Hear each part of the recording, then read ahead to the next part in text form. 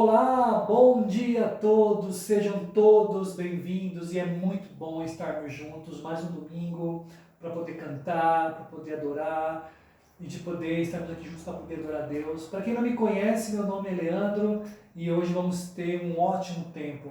E antes de a gente começar o nosso estudo da Bíblia, eu quero compartilhar com vocês um vídeo da guerra que houve na Síria em 2011. Então me acompanha e logo em seguida a gente continua o nosso tempo.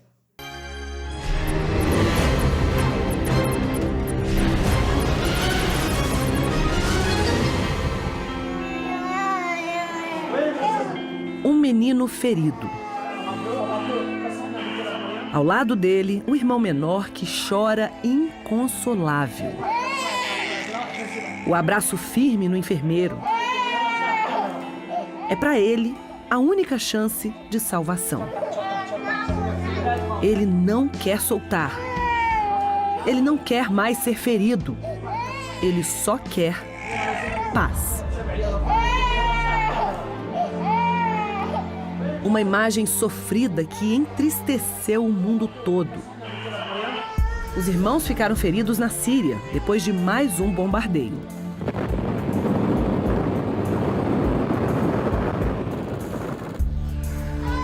Estes que se abraçam também.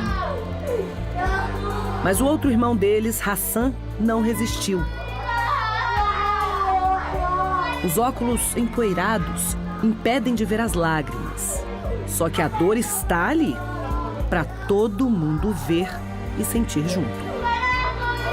Eles não entendem. Eles não se conformam. Eles só querem paz. Paz. 3 letrinhas tão miúdas e tão difíceis de se ter por aqui. Desde que a guerra civil na Síria começou há 5 anos, 15 mil crianças já morreram, segundo as organizações não governamentais. A maioria em bombardeios. É muita morte para pouca atitude. Muito pó para pouco amor. Muito choro. Sem fim. Choro de gente que não se acostuma com a tragédia. Abu Kifá é voluntário. Ele passou horas escavando os escombros para resgatar um bebê na cidade de Idlib. E conseguiu. Ali na ambulância não se aguentou. A respiração da menina, de pouco mais de um mês, de brinquinhos e roupinha amarela, fez aquele homem forte desmoronar. Abu chorou tudo o que podia para uma vida inteira. Talvez seja só o que resta para todos ali: chorar. Abu disse que só pensou na filha. Por alguns segundos, um sentimento de vitória tomou conta dele. Ele e a bebezinha resgatada nasceram de novo. Mas e quando nem os pais conseguem salvar os próprios filhos? Que dor pode ser maior que esta? Há pouco mais de um ano, o mundo se revoltou com a morte precoce de Aylan. O menino de apenas 3 aninhos e o irmão dele, Galip, morreram quando a família tentava fugir pelo mar. Só o pai sobreviveu. Quando a gente pensou que aquela cena poderia mobilizar quem de fato pode agir, aí veio Omran. O menino de 5 anos foi resgatado dos escombros e levado para a ambulância. Perplexo, ele encarou a lente da câmera como se quisesse dizer algo. Achou que podia disfarçar o rosto ferido que o mundo inteiro viu. Só que a dor, de novo, estava ali, para todo mundo ver e sentir junto. O irmão de Omran morreu depois do bombardeio em Alepo. Junto com ele, Já perderam a vida na Síria 250 mil pessoas.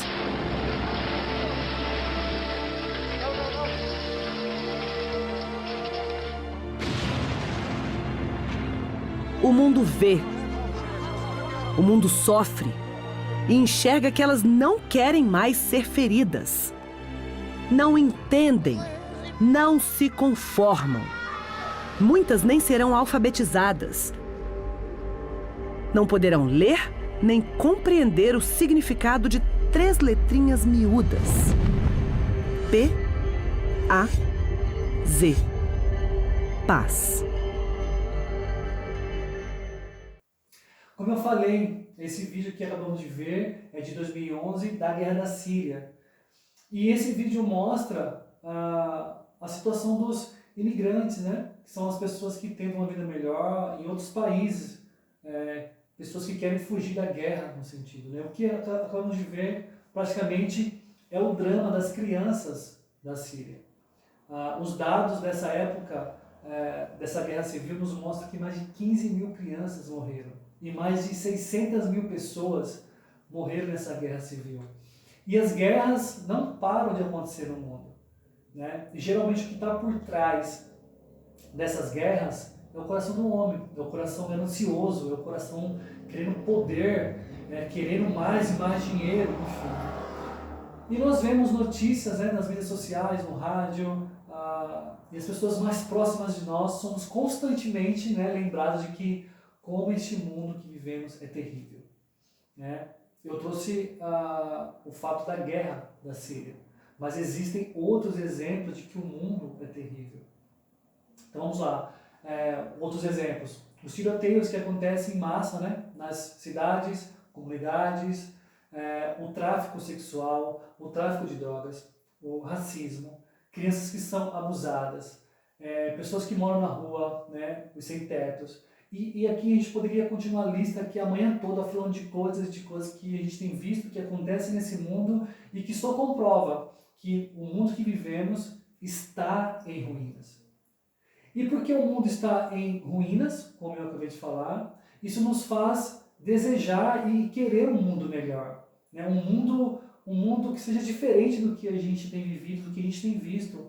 Por exemplo, eu queria muito mesmo que meus filhos vivessem um mundo melhor do que esse que estou vivendo. Então, assim como eu, talvez você, nós podemos querer um mundo melhor, mas achar as soluções duradouras para esse mundo em ruínas, que é difícil. É bem difícil. Então, onde vamos achar as soluções para um mundo melhor? Onde teremos essas mudanças verdadeiras e mudanças duradouras? Eu acredito que essa resposta para essa pergunta não pode ser encontrada nesse mundo, com as coisas desse mundo. Mas a resposta para essa pergunta pode ser encontrada nas pessoas que venceram esse mundo. E quando eu falo que as pessoas que venceram o mundo, eu não estou falando dos Vingadores, tá bom? Daquele filme A Guerra Infinita, não estou falando isso, mas a Bíblia nos fala quem são as pessoas que venceram o mundo. Então me acompanhe. O que é nascido de Deus vence o mundo. E esta é a vitória que vence o mundo, a nossa fé. Quem é que vence o mundo? Somente aquele que crê que Jesus é o Filho de Deus. A Escritura diz que todos os nascidos de Deus venceram o mundo com Deus. Isso significa que a resposta para superar o mundo é mudando esse mundo em ruínas. E essa mudança pode ser feita somente através dos discípulos de Jesus, que vive nesse mundo. Digo-lhes a verdade, aquele que crê em mim fará também as obras que tenho realizado. Fará coisas ainda maiores do que estas, porque eu estou indo para o Pai. Nessa passagem, vemos Jesus falando sobre o que vai acontecer quando ele deixar esse mundo e voltar para o Pai. Então, nós aprendemos que só os discípulos de Jesus desse mundo podem mudar esse mundo, assim como o próprio Jesus mudou.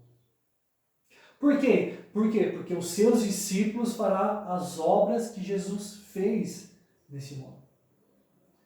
Jesus disse que os seus primeiros discípulos, Jesus está falando para os seus discípulos que eles fariam coisas maiores do que ele fez. Olha, eu não tenho muita certeza de que quando Jesus falou essas coisas para esses discípulos, para esses homens que seguiam Jesus, eu creio que eles não tinham muita convicção, muito entendimento do que Jesus estava falando.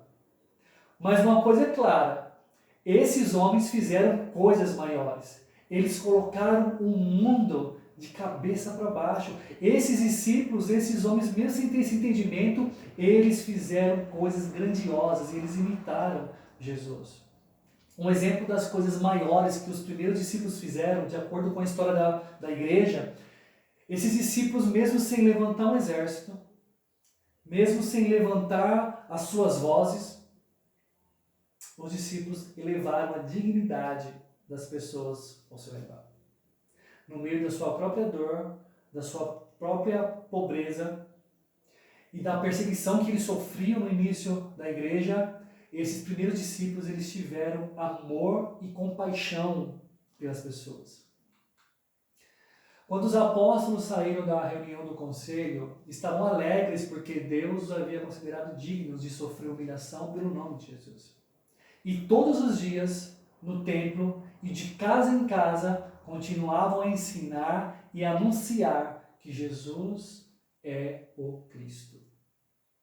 Esses versículos mostram claramente o amor que esses homens tiveram pelas pessoas. Por quê? Porque eles continuavam a falar do reino de Deus, a ensinar e a proclamar quem era Jesus de Nazaré, que Jesus era o Messias, que Jesus era o Filho de Deus. Esses homens, os primeiros discípulos, eles tinham uma reputação de agir de acordo com o que acreditavam. E por causa disso, a mensagem deles chegou até nós hoje no século XXI. Por quê? Porque essa comunidade de Jesus passou a cerca de 120 seguidores há 2000 anos atrás e hoje são mais de 2 bilhões de pessoas que confessam a fé em Jesus Cristo.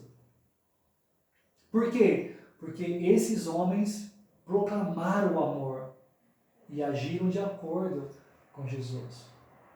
E aqui está um ponto interessante. Por que esses discípulos continuaram fazendo o que Jesus fez no mundo? Por quê? Porque eles acabaram mudando o mundo. 11 homens, 12 homens mudaram o mundo. E adivinha, você que está me assistindo, né, meus irmãos, irmã, você que está nos visitando, nós somos convidados por Jesus a fazer a mesma coisa, a mudar o mundo.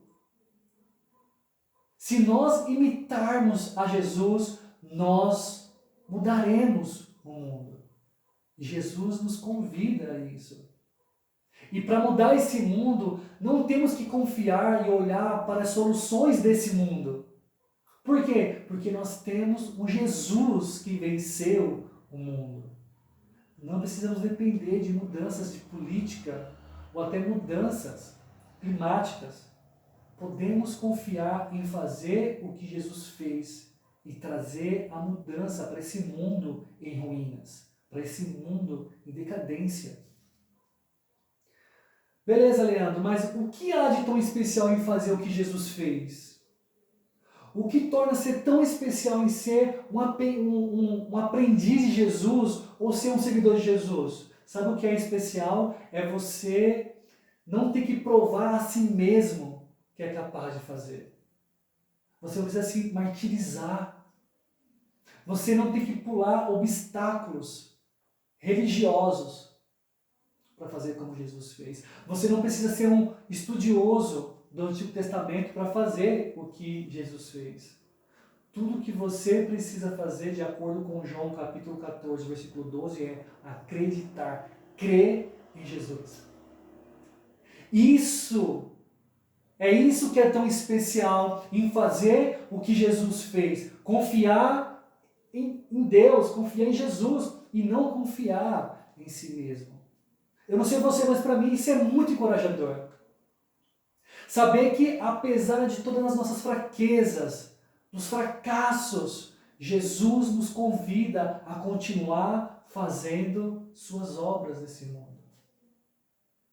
Saber que mesmo no nosso pior, ainda podemos participar do que Jesus participou. E você sabe que Jesus não é como as pessoas. No sentido de que, olha, faço o que eu digo, mas não faço o que eu faço. Jesus não é assim. Cristo não é uma fábula, Cristo não é uma historinha. Jesus fez muitas coisas incríveis por esse mundo e nos convida a fazer o mesmo. Olha que coisa interessante, coisa muito importante. Quando fazemos como Jesus fez, Deus é tornado acessível através de nós. Quando a gente imita Jesus perante as pessoas, Deus se torna acessível através de mim e através de você. Quando fazemos como Jesus fez, o governo de Deus fica claro e o caminho de Deus e os padrões de Deus para esse mundo acabam permeando e trazendo mudanças para esse mundo em ruínas. A nossa imitação muda o mundo para Jesus. A nossa imitação muda o mundo para Jesus. Sabe? Então, nos próximos minutos, vamos dar uma olhada em algumas escrituras da Bíblia que destaca o que Jesus fez para mudar este mundo em sua época e vamos aprender juntos, através de imitar Jesus, como podemos mudar o mundo nos dias de hoje. Tá bom? Então vamos lá. A primeira, Marcos 1. Ao anoitecer, depois do pôr do sol, o povo levou a Jesus todos os doentes e os endemoniados. Toda a cidade se reuniu à porta da cidade e Jesus curou muitos que sofriam de várias doenças. Também expulsou muitos demônios. Não permitia, porém, que estes falassem, porque sabiam quem ele era. Nessa passagem, acabamos de ver que a prioridade de Jesus em seu ministério eram as pessoas. E aqui está o ponto que se refere como Jesus mudou o mundo. Jesus mudou o mundo cuidando dos enfermos e dos necessitados do mundo. E você e eu podemos fazer isso. Isso não está distante de nós. Podemos mudar o mundo sim, cuidando daqueles que não podem cuidar de si mesmos. Podemos mudar o mundo servindo aqueles que não podem nos servir de volta. Porque é muito bom quando a gente serve alguém e a gente sabe na nossa consciência que a gente vai ser servido depois. Mas e servir aquele que a gente olha e sabe que não vai ter esse retorno? Foi isso que Jesus fez. O mundo pode ser mudado quando nós, seguidores de Jesus, decidimos ver os necessitados com dignidade e não vê-los como um fardo. E às vezes pensamos, mas como é difícil ajudar os enfermos e as pessoas necessitadas. Por quê? Porque há tantas pessoas que estão precisando, tantas pessoas doentes. Mas você e eu, nós podemos certamente atender às necessidades de alguém. Com certeza nós podemos fazer isso. E é por isso que a comunidade, por isso que a igreja é tão importante nesse contexto de Jesus, de imitar Jesus. Por quê? Porque como uma unidade de um corpo, como igreja, em muitos, os nossos esforços são multiplicados como um corpo de Cristo mesmo. Sabe por quê? Porque podemos realmente nos tornar as bocas figurativas de Jesus, as pernas de Jesus, sabe? As mãos de Jesus, os braços de Jesus. Como igreja. E aqui está uma pergunta para nós, e eu quero mesmo que a gente possa considerar nesse momento. Quais necessidades você pode atender em sua comunidade? Quais necessidades você pode atender em seu ministério? Quais necessidades você pode atender no seu bairro, no seu condomínio, na sua casa, na sua família? O que nós podemos fazer para ajudar as pessoas necessitadas em nossa volta? O que nós podemos fazer como igreja? Se vamos fazer como Jesus fez, nós precisamos ser pessoas que atendem às necessidades dos outros e não ignorá-las. E deixa eu abrir aqui um parêntese. Eu quero falar de dois irmãos aqui na igreja que têm sido um exemplo nessa área para nós, que é o Rafa e a Paola. Irmãos, obrigado pelo trabalho que vocês têm feito como Hope. Vocês têm trazido para nós, igreja, a oportunidade de não só servirmos essas pessoas, nós estamos falando aqui, de uma forma individual, mas vocês têm trazido para nós a oportunidade de servir essas pessoas como um corpo de Cristo, porque vocês têm feito um trabalho incrível, sabe, de correr atrás de pessoas que estão precisando, de comunicar a igreja, tanto a parte de alimento, até como a parte financeira. Então, muito obrigado pelo trabalho de vocês, que vocês possam continuar fazendo esse trabalho para nós, igreja, servir as pessoas que estão precisando de ajuda. Tá bom? Então, valeu. Vamos para o segundo ponto, então. Marcos capítulo 2. Jesus saiu outra vez para a beira-mar. Uma grande multidão aproximou-se e ele começou a ensiná-los. Passando por ali, viu Levi, filho de Alfeu, sentado na coletoria e disse-lhe: sigam-me. Levi levantou-se e o seguiu. Durante uma refeição na casa de Levi, muitos publicanos e pecadores estavam comendo com Jesus e seus discípulos, pois havia muitos que o seguiam. Quando os mestres da lei, que eram fariseus, o viram comendo com pecadores e publicanos, perguntaram aos discípulos de Jesus: por que ele come com publicanos e pecadores? Ouvindo isso, Jesus lhes disse: não são os que têm saúde que precisam de médico, mas sim os doentes. Eu não vim chamar justos, mas pecadores. Podemos observar nessa passagem uma coisa que grita para mim. É como Jesus passou seu tempo. Jesus mudou o mundo comendo e bebendo com as pessoas que estavam longe de Deus. Jesus passou um tempo com as pessoas que não tinham tempo para Deus. Enquanto os religiosos da época, os fariseus, os mestres da lei, pressionavam, os que não seguiam eles, faziam com que eles ficassem longe deles, mas também faziam com que eles ficassem longe de Deus. Jesus fez ao contrário, Jesus os manteve extremamente próximos a Ele. E para que possamos mudar o mundo, precisamos ajudar as pessoas a verem que todos são importantes para Jesus. Nós, como seguidores de Jesus, temos a oportunidade de afirmar para aqueles que estão longe de Deus que eles são importantes para Deus. E eles vão ver isso através da nossa vida. Através do que nós fazemos, através do que nós falamos. É assim que essas pessoas vão ver o quanto que elas são importantes para Jesus. E você quer fazer parte disso? Podemos mudar o mundo. Sabe como? Abrir um espaço para o mundo em nossa mesa. E não só apenas mudar o mundo, abrir um espaço à nossa mesa, mas podemos também mudar o mundo, mostrando ao mundo que há espaço para eles no reino de Deus.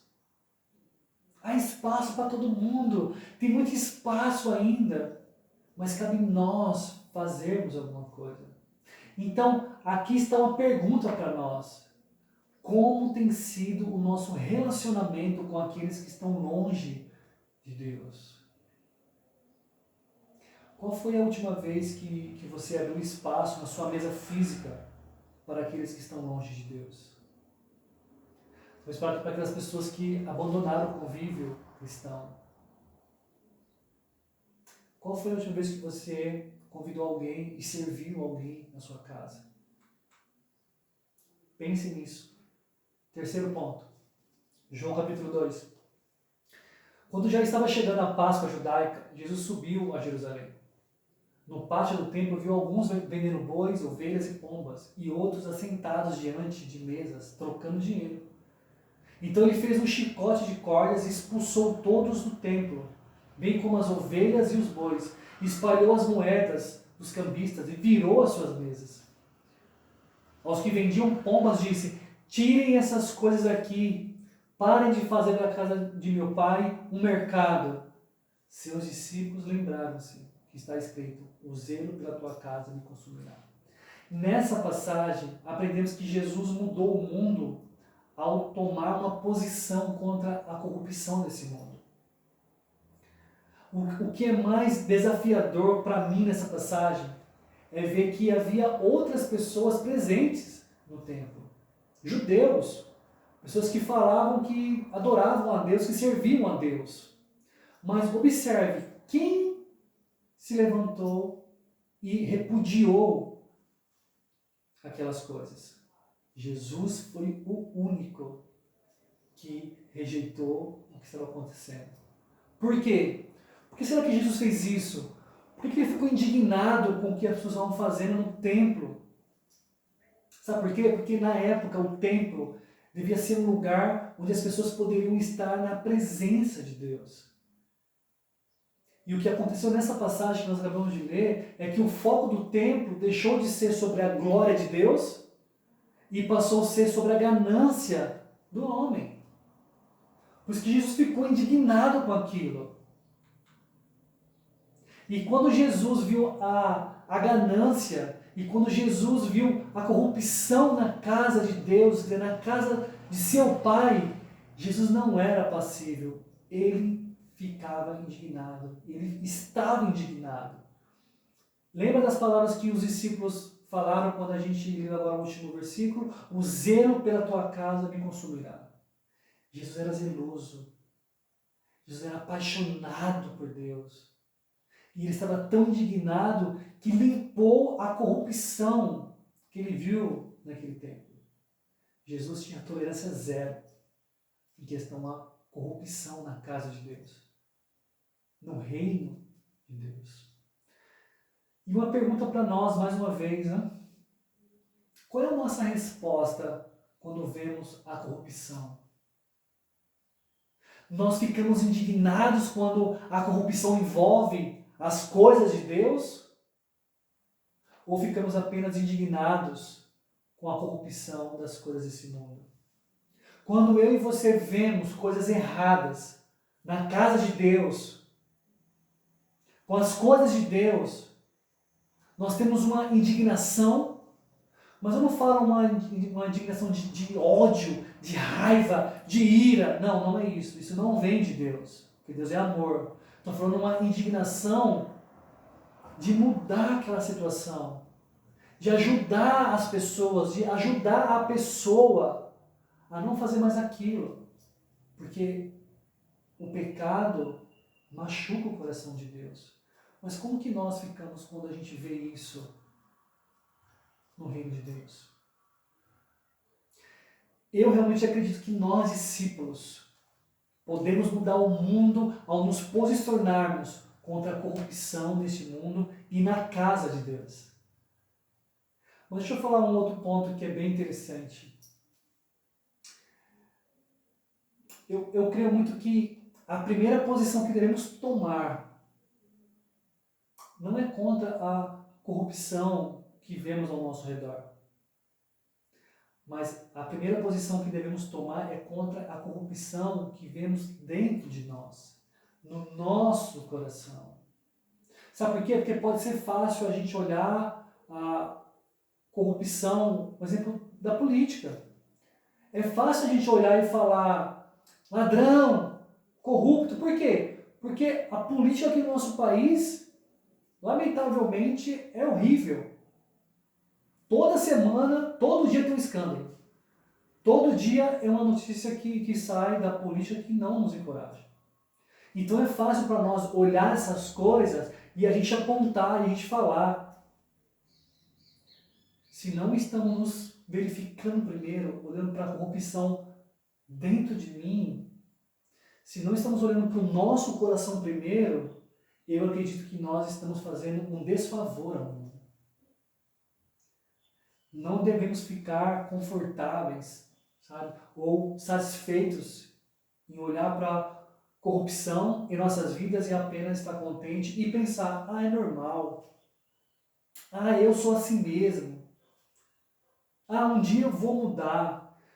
Se a gente está tendo essa atitude perante o nosso coração, perante a corrupção do nosso coração, tem alguma coisa errada. Sabe, se vamos ser como Jesus, então precisamos estar dispostos a limpar o que vemos em nossas vidas. Assim como Jesus limpou o templo. Sabe, de pegar o chicote de pano e tirar e expulsar essas coisas do nosso coração. Você está disposto a fazer isso? Você é capaz de fazer isso? Você está interessado em fazer isso? Em tirar toda a corrupção da sua vida? Uma pergunta que tenho me feito e que você possa perguntar a si mesmo também. O que você tem feito com a corrupção em sua própria vida? Quando você olha coisas na sua vida que não está de acordo com o que agrada a Deus, quando você vê um coração corrupto, o que você tem feito com o seu coração? Quando você vê essa corrupção no seu irmão, o que você tem feito? Você tem fechado os olhos? Você não tem ficado indignado com o seu pecado e com o pecado do irmão? Quando ficamos, o que fazemos com isso? Sabe, a corrupção não deveria se tornar algo com o qual nos sentimos confortáveis. Não deveria ser algo que acolhemos em nossas vidas, precisamos se opor a isso, assim como Jesus se opôs. Sabe por quê? Porque nós temos habilidade de mudar o mundo. De mudar esse mundo em ruínas. E eu sei que nós já lemos algumas escrituras aqui, mas eu acredito que alguns de nós ainda podem querer se rebelar e não querer imitar Jesus. Sabe? Em querer viver um evangelho do seu jeito. E não viver esse evangelho conforme o que Jesus espera de nós. Sabe por quê? Porque alguns de nós podem ver a imitação como um fardo. Um fardo de que sentido? Quando alguém fala do que tem visto na sua vida, do seu coração, às vezes as pessoas veem isso como um fardo, sabe? E a imitação de Jesus não é uma imitação de fardo, mas é uma imitação de bênção. Quando a gente imita Jesus, não deveria ser um fardo. Quando a gente luta para imitar Jesus com o nosso coração, a gente não deveria ver isso como um fardo, mas sim como uma bênção, como uma alegria. Jesus colocou a imitação como uma alegria depois de amar, depois de ensinar e depois de lavar os pés sujos de seus 12 discípulos. Isso está lá em João capítulo 13, depois você pode ler. Jesus lavou os pés, Jesus ensinou, Jesus amou, ele serviu os seus apóstolos. E em um desses versículos, olha o que Jesus falou. Agora que vocês sabem essas coisas, felizes serão se as praticarem. Jesus diz que há uma bênção em fazer. Jesus diz que é uma bênção em imitar o que ele fez. E deveria ser uma alegria para nós. Então, independente do que as pessoas têm falado, têm tentado te ajudar com a corrupção do seu coração, para que você e eu imitemos Jesus, deveria ser uma bênção, deveria ser uma alegria para nós e não um fardo. O povo de Deus não está aqui apenas para experimentar um fardo. O Evangelho não é um fardo. O cristianismo não é um fardo. Nós estamos aqui nessa terra para ser uma bênção e termos alegria em imitar Jesus. Quando vivemos como Jesus, nós nos tornamos representantes de Deus nesse mundo. Porque esse mundo precisa de Deus. Novamente, a nossa imitação de Jesus não é um fardo. A nossa imitação de Jesus é uma bênção e uma alegria. Sabe? E para aqueles de nós que podem estar se rebelando ainda em seu coração, em ser um imitador de Jesus, o mundo ao seu redor, mesmo sem eles saberem, precisa de você, estão contando com você. O mundo em que vivemos está tão cheio de ódio, tumulto, divisão, orgulho, promiscuidade, vaidade. E nós podemos mudar o mundo. Jesus está convidando você para esse trabalho de mudar o mundo. Parece ser grande o trabalho. João 14:12. Só basta a gente crer em Jesus. E Ele vai nos usar para mudar esse mundo. Sabe? E é o melhor trabalho do mundo. E tem muito trabalho a ser feito. Mas é um trabalho de bênção e de alegria. Se alguém convidasse você a participar de um trabalho que seria prazeroso, que você teria muita alegria, quem não iria? E esse é o convite de Jesus para nós. Ao imitarmos Jesus, teremos bênçãos. Não falo bênçãos materiais como a gente ouve por aí, mas uma bênção de paz de espírito, sabe? Uma paz de ter um propósito de vida, uma bênção que a gente vai fazer o que Deus espera de nós. Isso vai gerar alegria em nosso coração. Ou deveríamos ter alegria em nosso coração ao fazer isso. Esse foi o nosso tempo de hoje. Que a nossa semana nós possamos pensar como posso servir as pessoas necessitadas. Como eu posso servir aqueles que estão longe de Deus. E eu vou começar a me indignar com a corrupção que tenho visto em mim. E também vou me indignar com o que eu tenho visto no meu próximo e ajudar o meu próximo. Se você quer ser um imitador de Jesus, esses são os passos. E nós estamos aqui para te ajudar e ser ajudado em cada vez mais imitarmos Jesus. Por isso que eu convido você que está nos assistindo, que não se considera ainda um cristão, eu convido você a estudar a Bíblia com a gente. E vamos aprender juntos como podemos imitar cada vez mais Jesus. E como podemos ser esse trabalhador que vai gerar bênçãos em nossas vidas e muita alegria de ajudar o nosso próximo. Esse foi o nosso tempo de hoje.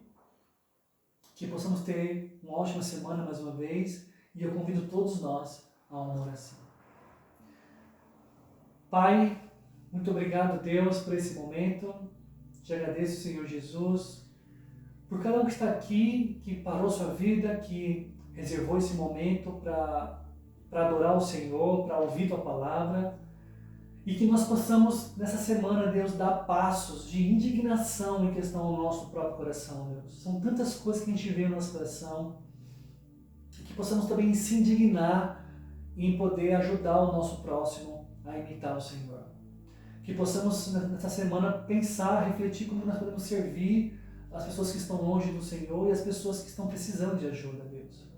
Foi isso que Jesus, foi isso que Teu Filho fez ao estar nesse mundo. Ele serviu as pessoas, Ele esteve com as pessoas. Que possamos imitar esse coração de Jesus, que possamos realmente confiar que mesmo sendo uma igreja pequena como nós somos aqui, nós possamos mudar o mundo, possamos mudar o nosso bairro, mudar a cidade que moramos, mudar a família que fazemos parte, Deus. É possível, porque só basta a gente crer no Senhor e procurar imitar o Senhor com todas as nossas forças, Deus. Nos ajude, tenha misericórdia de nós e que possamos, mais uma vez, Deus, através do Teu Espírito que habita dentro de nós, a dar mais esses passos que o Senhor espera de nós. Muito obrigado mais uma vez por tudo. Em nome de Jesus, somos muito gratos. Amém, irmãos e amigos, que possamos ter uma ótima semana Um abraço a todos. Tchau, tchau.